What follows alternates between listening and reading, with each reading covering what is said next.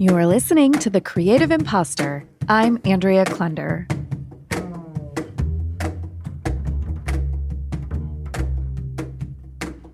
Hey, I recorded this episode a few months ago. It's a solo recording from me to you. And obviously, I'm only just now releasing it. In the moment that I recorded it, I wasn't sure I would ever release it. I just needed to get some thoughts down on pod paper and see how it felt. It felt good. But then when I listened back, it felt long and winding, and I wasn't sure where I was going. And while it was super helpful for me to process the things swirling around in my mind, I wanted to consider whether and how it would be at all useful, or at least interesting, to you. So here we are. I've done a little editing, but it still maintains that meandering, thought processy type of vibe that was present in the beginning. But before I let you listen, I would love to let you know that even though I haven't been producing this show, I have been busy creating with clients and also cooking up some new collaborations. One of those collaborations is with Megan Doherty from The Company Show and One Stone Creative. Megan has a new book coming out called Podcasting for Business that, despite its very mundane and direct title, is blowing my mind. Now, if you are interested in podcasting specifically or content marketing more broadly for your business, blog, newsletter, YouTube channel, etc., you will want this book. Megan and I are going to talk more about it in the next episode of The Creative Impostor, but I wanted to give you some advance notice that if you pre-order your copy by September 10th, 2024, you will get a complimentary ticket to the upcoming Podcasting for Business conference valued at $97. Now that's a great deal. The conference is being hosted online November 13 through 15, 2024, and I am a featured speaker on a panel all about using your voice. But besides me, the lineup is incredible. The topics are invaluable. And hey, if you're hearing this after September 10th, don't be sad. You are still going to get a ton out of the book. And as long as it's before November, you can still sign up for the conference. The info and links that you need are all in the show notes, in the episode description, in your app, and at thecreativeimpostor.com. And now, are you ready? Here's what's been on my mind the last few months related to podcasting, creativity, monetization, and, well, I'll let me tell you.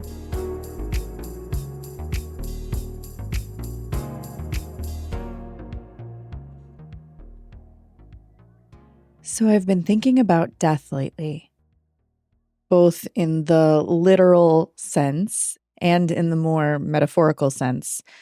This week, my mom's best friend, someone very close to our family, passed away. And to me, it was a bit unexpected. Though they became friends once I had already moved out of the house and I didn't know her super well, she was one of those people who I kind of just thought would always be there. And she was younger than my mom, and to my perception, I felt like also healthier. Are you still here? Are you still here after this very serious opening? And also, are you still here? Meaning it has been a couple of years since I have posted an episode in The Creative Impostor. So I'm wondering if this show is even still in your podcast queue, if you're surprised to see something new from me here, and if by chance this happens to be our first time meeting. Hi, I'm Andrea Klunder. This is The Creative Impostor, which is a podcast that I started when I was a brand new podcaster. It was the very first show that ever led me into this world of podcasting in 2015. It is nearly a decade of podcasting that I have been immersed in, and that feels odd. I began the Creative Impostor at a time when I was in a deep transition. Do we make life transitions every decade? Every 12 years? Is there some kind of biological or psychological cycle that happens that I am unaware of, but living right now in this moment? I began the Creative Impostor in 2015 at a time when I was low. I was lost, to be honest. I had started my first business, which lived for 5 years in Chicago. It was a yoga studio called Infuse Yoga Spa. And I attempted to sort of broaden that out beyond yoga and holistic spa services to more of a lifestyle brand called Infuse Life, which if you've ever emailed me, you may have noticed that my domain and my email address is still Infuse Life, and my LLC, my formal business name, is still Infuse Life. I didn't really know what a lifestyle brand was at the time. The yoga studio was about 2008 to 2013. And I would say social media, influencer marketing, that sort of thing was in the very early stages. In 2008, in fact, when I was first starting my brick and mortar business, I actually purchased a Yellow Pages ad in the phone book. And maybe that was a sign of the times. Maybe that was just bad decision making because I didn't know what I was doing. And someone said this is what you needed to do to be visible. And well, yeah, that is a story for another day, perhaps. But between 2013 and 2015, I was very lost. I didn't have a business. I had filed bankruptcy. I had a couple of private clients that I was still working with, and I was cobbling together part-time income through various gigs and a little bit of renting out my extra room on Airbnb. And I really didn't know what I wanted to do next. I was experiencing this feeling, this part of my life that I then labeled as imposter syndrome because that was a term that I kept hearing coming up on the podcasts I was listening to for inspiration, for some shred of hope. And at first I thought, oh, I'm so glad that I don't have to deal with that amongst everything else. And then I kind of started to feel like I was dealing with that, like this was part of my problem in terms of finding what I wanted to do next, because I did feel a little bit like a fraud. Like I would go to networking events and to say I was an entrepreneur or to say that I was a business owner, all of that felt untrue as soon as I no longer had my yoga studio and I didn't have that formal brick and mortar physical location to hang on to. And so I started feeling like an imposter of trying to pretend that you're someone that you're not. And when I hear the word imposter, I think of nefarious reasons, like there's a real intent to deceive. Then I kind of softened my concept a little bit and I thought, well, maybe there isn't an intent to deceive, but there's like a necessary, quote unquote, fake it till you make it thing that we as humans with social currency dependent upon other people need to do in order to find our way and be successful and take care of ourselves and be safe. And so maybe it's not even nefarious, but it's like a survival mechanism to pretend to be someone who perhaps you aren't. And then it calls into question authenticity and all of that sort of thing, which was at that time still very prominent in my mind from yoga philosophy and yoga teaching and these idealistic morals about who we are and how we present ourselves and how we show up. I want to take a quick pause and say that I already feel like I'm rambling very far off the topic I wanted to come in here and talk about. And that is because normally when I podcast, when I record, I either script out what I want to say, or at the very least, I create an outline with bullet points and talking points that I want to cover. And I have a trajectory of where I'm starting and where I want to end up. And a lot of that is because, especially over the last few years, when I have been podcasting, I've been on my other show, Podcast Envy, which was created after the Creative Impostor as an intentional marketing mechanism for my podcast production and editing business, which is the Creative Impostor Studios. See how these things all sort of build off of each other? And because that show was designed as marketing, there's always a specific thing that I am thinking of my audience and my clients and future clients, something that I want them to do, something that I want them to learn, a problem that I want to solve or help them solve, or something I want them to consider or think about. There's always an end game in mind. But with the Creative Impostor, I never had a plan for this show. The whole plan in 2015 was just to see if I could create a podcast, honestly. Like, is this something that I could do? Because at that time, at that transition point in my life, as I mentioned, I not only didn't have a business and I not only didn't have income, I didn't know what I wanted to do. I wasn't interested in anything. I felt like I had failed at the yoga studio model, and the reasons were not 100% clear to me at that time. Now I have a lot more clarity about what went wrong. But I did have an inkling of what it would take to build a successful yoga business, and I wasn't interested in that. So I had this media background. My bachelor's degree is in broadcast and media production and communication, and several people had suggested to me that I should consider podcasting. Specifically, they wanted me to start a yoga podcast so that I could give them audio yoga instruction to do when they couldn't go to a studio or couldn't go to a gym or couldn't go to a class. And that felt fine. But again, I was kind of over the yoga thing for the time being. I had some equipment and I thought, well, maybe I'll try to figure this out. And I could hear other podcasters who had communities, who were building businesses and seemed to be thriving with their podcasts. So I knew that it was possible, even though I didn't know how. So I was like, first step, can I create a podcast? Second step, do I enjoy doing it? And then that was it. That was my whole plan. That was it.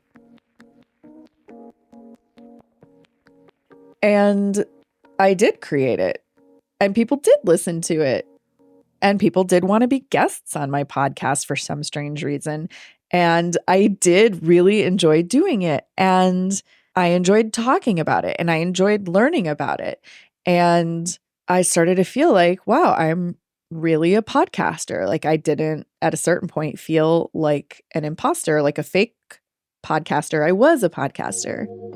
And then people started to ask me how to create their own podcast. And I thought, oh, well, maybe this is a business model. Maybe this is a thing that I could charge for.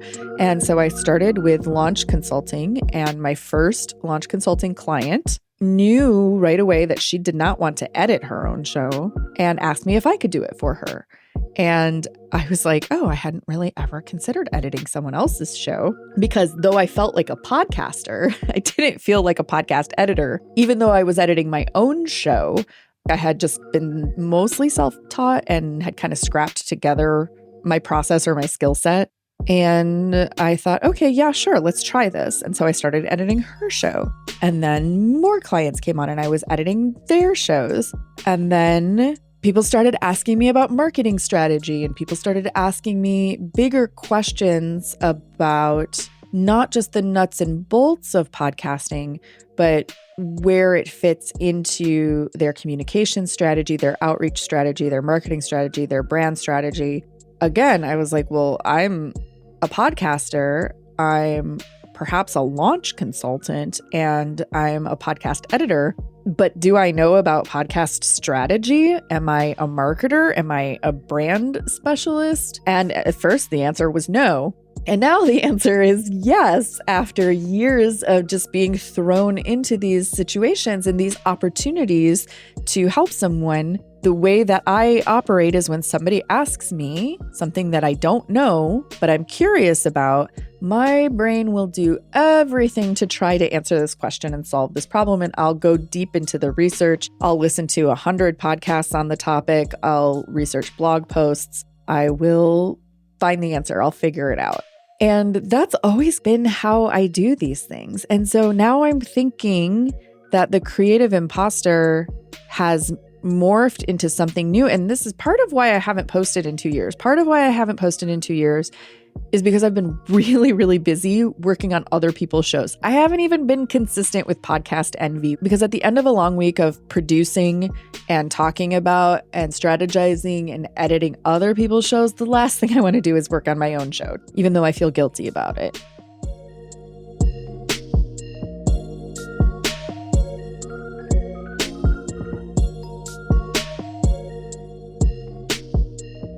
I'm speaking to you right now in this moment off the cuff. And yes, I had a starting line, which is, I've been thinking about death lately. That is true. But I didn't know what else I was going to talk about. And this feels a little bit vulnerable, because it feels like, when somebody disappears out of your life for a while, inexplicably with no notice, and then they just show up all of a sudden like, hi, hey, do you want to get together? Do you want to have coffee? What's up?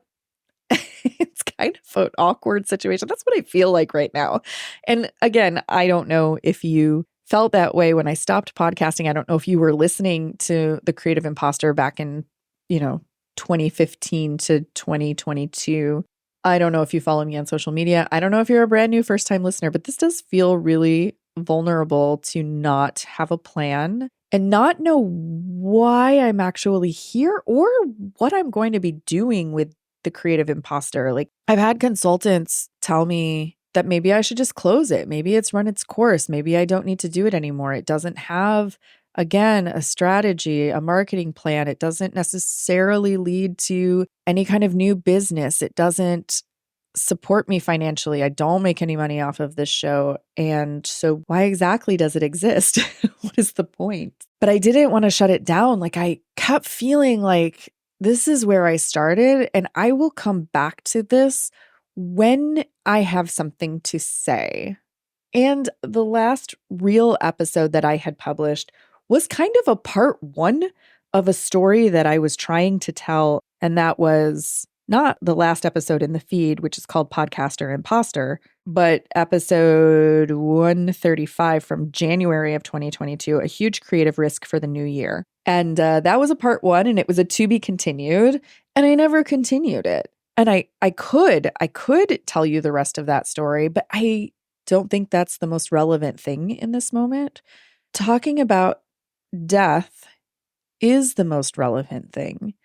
And circling all the way back to why I pressed record today, the catalyst that triggered this is the passing of my mom's friend. But also this week, I had a longtime client decide to close their show and end their contract. It's not the first time that a client has decided that. And if I'm honest, I wasn't even really surprised when I got the email. But the end of a podcast, even if it's not my own podcast, the end of a client relationship, the end of a contract, that in a way to me, maybe I'm being over dramatic or something, but that in a way to me is a death. And he's not the only one, not just my clients, but I'm seeing other colleagues close their shows. As a podcast fan, I'm hearing podcasts that I love to listen to that I've listened to for a decade closing shop, ending their shows. It feels like the death of a moment, the death of an era in podcasting. And this is super niche. I'm going to go ahead and assume that since you're listening to The Creative Impostor, this is not the only podcast that you ever listen to. I'm assuming that you are also a podcast audience member and fan. And I don't know how long you've been listening to podcasts. And I don't know if you have noticed this or if you feel the same way, because I listen to probably 100 episodes a week or something. I don't think I'm exaggerating. Partly because it's my job to know what else is out there and what's happening in the industry, and partly because I'm obsessed with podcasts. But I'm noticing a lot of things have shifted, some for the better and some not. More people know what a podcast is and listen to podcasts than ever before, which is great, which is awesome. Podcasting is easier to get into, to start a podcast. The tech is easier. The software is more accessible. There are so many more resources out there, and there's so many more podcasting professionals like me available to help you, even than when I started in 2015. Way more. I see so many people starting new podcasts that are so creative and experimental even, who are talking about important and interesting things and having conversations that, quite frankly, you can't have anywhere else. Certainly not on social media like Instagram or TikTok or, God, who's even on Facebook anymore? But a couple of things that have shifted that are leading me to this heavy feeling like something has died are that creators are finding it harder and harder to find, connect with, and grow their audience.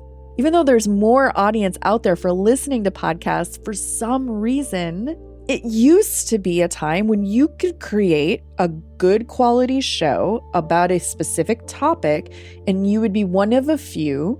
And even though the overall listening audience was smaller, you could get more visibility and you could capture the audience's attention and grow faster.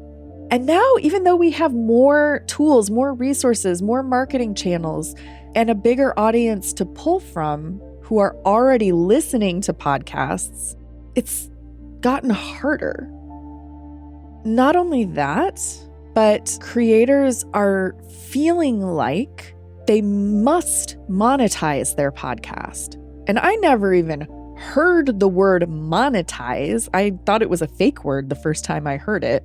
I never even heard that in at least the first 5 years that I was podcasting. Not once did I hear the word monetize. And now when I go to a podcast conference, the most popular sessions, the rooms that are always packed, are all in the monetization or audience growth tracks. I don't even think that was a track in 2017, 2018. Was it? Am I remembering this wrong? Even with greater accessibility, it costs more time and money to successfully execute a high quality podcast, and even more so to do the marketing and outreach that is necessary to find and connect with and engage that ideal audience. Creators feel that they need to earn money from their show. In the old days, the only way you could do ad-supported content for podcasting really was by finding, negotiating, securing, delivering on your own sponsorships, which again was extremely time consuming. And selling the idea of podcast sponsorship was really hard because people who could be sponsors still didn't know what podcasting was or why they would sponsor a podcast or what was special about it. And so that was also very challenging and very time consuming, but you had to get your own sponsors, do your own ad reads, negotiate everything, figure out what the ROI was and all that stuff. And now there's ad tech that can source ads from a pool of advertisers who are already into advertising on podcasts. And you can be one of many shows that are receiving this pre-made ad, which feels like network television to me, to be honest, or it feels like terrestrial radio, which, why did I start listening to podcasts? Partly because I loved that there were no ads. I hate ads because it totally takes me out of the experience. But now these ads that feel like terrestrial radio, that feel like network television, are creeping into each and every podcast. And as soon as there's like an ad that's louder than the content, or as soon as it's for something weird, or the tone of the music or the tone of the voice doesn't match with the tone of the content, I can't do it. So those have to go. But I'm finding it harder and harder to find podcasts that don't have those dynamically inserted, pre-made ads in them. Now, if the host reads an ad for something in their same voice, not in a suddenly now I'm doing a promo voice, and the music isn't too jarring, I can deal with that. That's fine. I have no problem with that. But it's those commercials for a casino or a mattress or I don't even know. I just can't. I'm also seeing all of these podcasts that I know and love end. And it's because people are tired. It's because they're finding it harder. It's because they're not seeing the results that they had hoped for. Or maybe in some cases, it's just because they're shifting. But a lot of times these are the reasons. It's time, money, and energy, and a lack of growth or a period of stagnation. And then the other thing that I'm seeing is that there are more and more shows that are not putting effort into craft. They're not doing anything unique or interesting because the barrier to entry is lower. There's a lot more mediocrity, to be honest. And I'll find a show that has an interesting topic and I'm excited to listen to it, and the content is not well produced. It's not well edited. The audio quality is poor. There isn't a clear point of view, and it just isn't engaging. Whereas when I first got into podcasting, it felt like there were so many shows that were fresh and new, and podcasters who really loved the craft of making their show and knew how to engage with their audiences and really speak in such a way that for me as a listener, I felt like you were making this show for me, that you were talking to me. I felt like you knew me. And now it's like a lot of people talking at me or around me to each other, and I'm not really part of the conversation. I don't know. Maybe this is me. Maybe this is something that's shifted within me, but I don't think so. I think it's something in the space. It's something in the industry, and I can't quite put my finger on it. And I'm desperately looking for those podcasters and those shows who are still doing it, who are still in that magical kind of space of understanding how to speak to me and what it is that I need, and are really putting in the work to craft a unique and special experience for their audience, who is not just me, obviously, but they're making it in such a way that every person who's listening to that show is me. Every person who's listening to that show feels that way. And so it feels like something has died. And that's part of why I wanted to come back to the Creative Impostor, because it's reminding me of why I wanted to try podcasting in the first place. It's reminding me of what I loved about it. It's reminding me, it's not reminding me, but it's helping me to ask the question, like, can you create something and put it out in the world without it having to have an end game, without it needing to be monetized, without needing to sell something?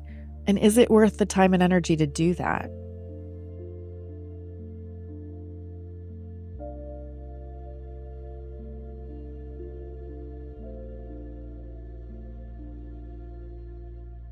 So I talked about literal death with my mom's friend. I talked about the death of individual shows closing, shows ending. I talked about client relationships ending, which is always hard because even if I intellectually know that it's not my fault, I feel some sense of heaviness or responsibility. Like, what could I have done to save this show? What could I have done to improve the experience that this podcaster or this client was having? What didn't I do that was lacking that led to this show closing? And all of that is like so not, it's not rational. Like, it's not my responsibility. It's not my fault. It's not even in my scope of work. But I can't stop having those questions and those thoughts come into my mind. And then it spirals me into, well, I don't know, does podcasting even work? I mean, I feel like it does. Otherwise, would so many people be doing it? And I know that I have hired people, I have bought things, I have signed up for things, I have paid for services based on listening to people's podcasts. Like, sometimes it takes me a year to make a buying decision to hire somebody, a year of listening to their podcast week in and week out. But I have definitely done it. And I have chosen people who have podcasts over people who don't. Not because I'm like, oh, well, I'm a podcaster and so I need to support other podcasters. Maybe that's a little bit of it, but mostly because I feel like I know that person's personality, their process, the way they think about things, the way they deliver things. I have a better idea of what I'm going to experience and what I'm going to get by hiring that person because I've already built up a one-sided relationship with them before I've hired them than somebody who doesn't, who I don't have the opportunity to get to know and build that trust factor with. And I know there have to be other people who have made hiring decisions or buying decisions, service, event, community decisions based on people's podcasts. And I hear anecdotal feedback about people who have been touched or changed or inspired or in some way influenced by a podcast or a podcaster that they listen to. So why am I questioning, like, does this even work? Does this even make sense? Is this even worth it? Should anyone have a podcast? Should podcasts even exist? What is the future of podcasting? Do I need to make a career pivot? Should I be looking at doing something totally different? I feel very connected to this industry. I feel very authentically in this identity, in this space. And now I suddenly need to like find a new career and a new identity. I don't want to do that.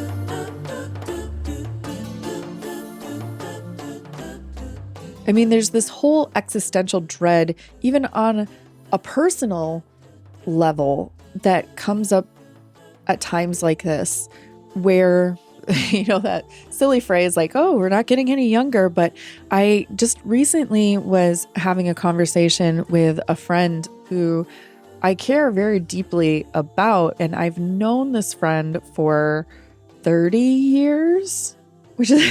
as far as friends go, that's a long time. I've known this friend for 30 years.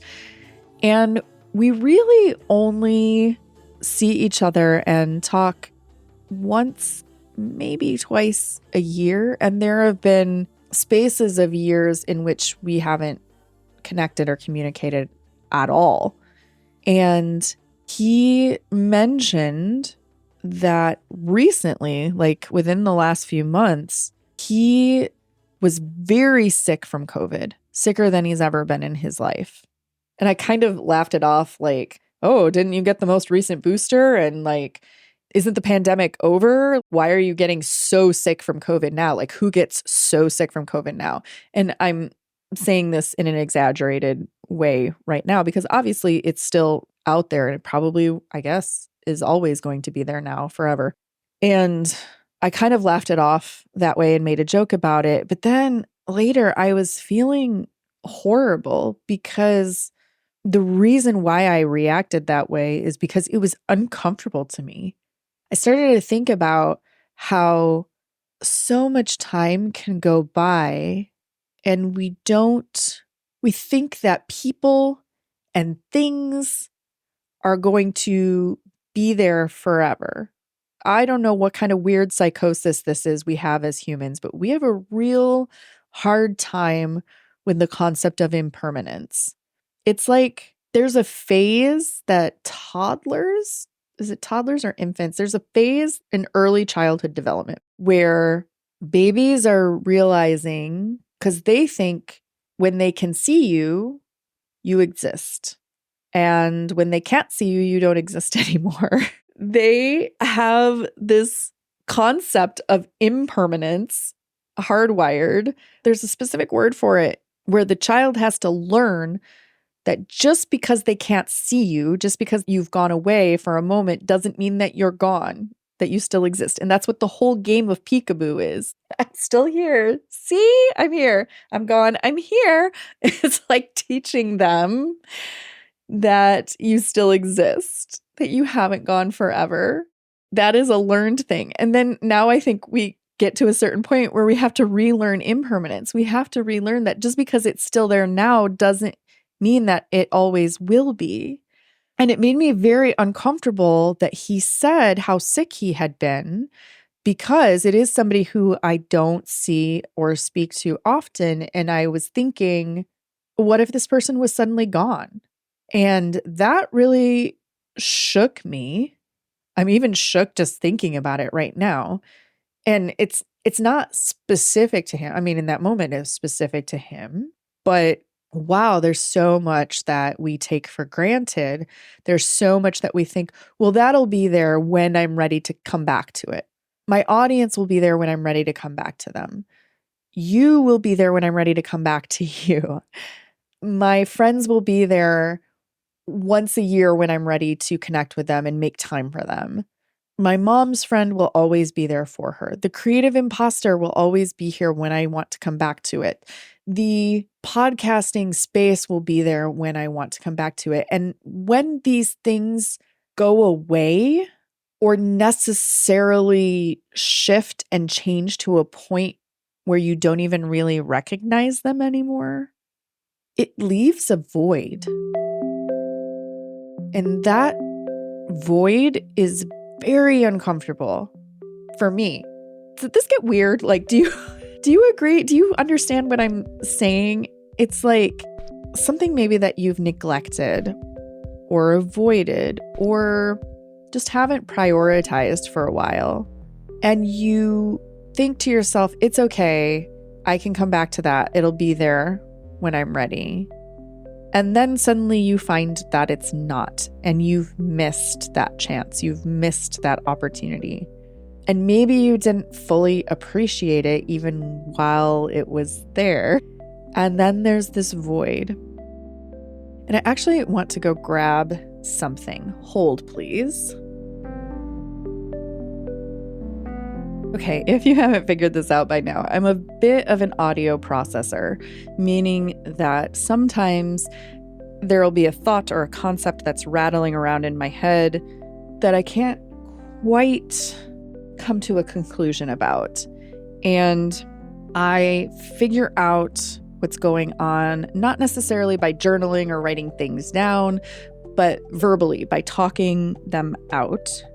And so that is kind of what I'm doing here. It's kind of what the early days of the Creative Impostor were all about.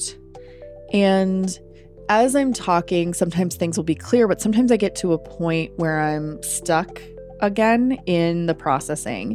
And one tool that I use as an assist is tarot cards and oracle cards. So this is a deck that I just went to go get called Sacred Symbols. And I definitely don't think that they can tell the future or predict anything. I use them as an assist for my intuition and my conscious mind to make connections. And so the Sacred Symbols cards work with archetypes from multiple traditions. And there was a card that I was thinking of as I was just talking. So that's why I went to go get this deck. And the card is called Void. Most of the symbols have an actual symbol on them, a drawing of some kind. And this card is pure black with a reddish slight light coming in. And it just has white text in the center that says void. Whenever someone will pull this card, if I'm doing a reading for somebody else, they will react in one of two ways. And I love that this is the case because this is fully the intention of this card, I believe. They will either react with dread, like, oh God, why did I pull this? This is terrifying. Or they will react with, ooh, this is exciting, void, mysterious. So it's one of two. And the artist, who is Marcella Kroll, has a little guidebook, and I'll read to you what the void says. Step into the unknown. All may not be revealed at this time. Trust in unseen forces. Meditate on this to let go of all attachments or possibilities to free yourself from your dharma. And dharma is your preordained purpose or path. And increase your trust in your guides and the universe. The symbol of just the pure black card. This makes someone who is on the borderline between Gen X and elder millennial so happy, but the symbol is inspired by the nothing in the Never Ending Story. So if you know the movie, The Never Ending Story, then you know what the nothing is, and it probably makes you feel a certain sort of way, but that is the void. The terrifying act of letting go of attachment and what you think you know, and stepping into a realm where anything and everything and nothing is possible all at once. My point is, with bringing up these cards, is that it signals some kind of transformation. It signals a threshold, an entry point, a doorway into that archetype of the void, of pure, open, infinite space. And it seems odd to come back to the Creative Impostor, to return to say hi again. Welcome back to the show. Let's talk about death and endings. And in no way do I want you to think that this is me telling you that the Creative Impostor is finally officially dead and gone and over. No. This is a transition point for me that if you are willing to come on this journey with me, it's so corny. Why do we say journey?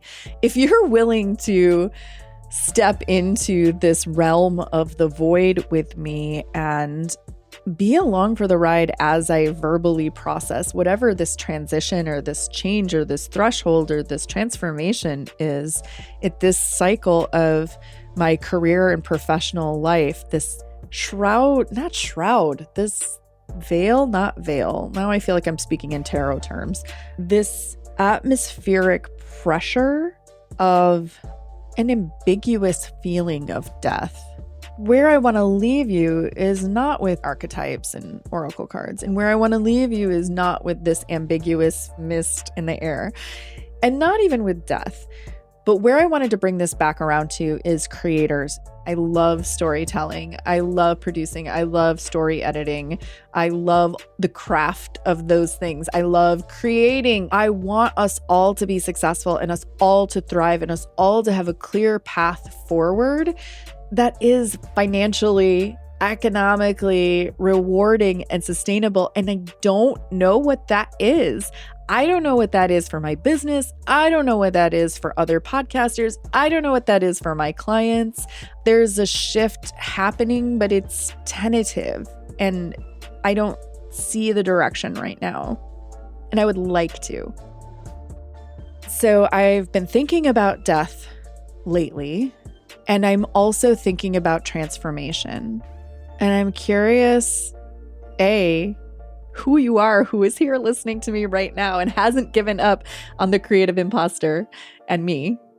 And I'm curious what your relationship to podcasts and podcasting and the industry of podcasting is. Are you creating podcasts? Are you a fan of podcasts? Is this the only podcast you've ever listened to? Are you noticing some of the same things in the podcasting space that I am? Why do you listen to podcasts? How does this benefit you? Have you ever made a purchase or hired someone or signed up for something as a result of listening to a podcaster? These are the questions that I want to know. And the best way for you to help me sort through, swim through, find my way through this void is to email me, Andrea@thecreativeimpostor.com, and let me know what your thoughts are, especially since you're hearing this call to action and it means you listened all the way to the end of this somewhat vulnerable, very unplanned episode. Welcoming myself and you back to the Creative Impostor. And what will we talk about next? I don't really know, but I'm happy that you're here.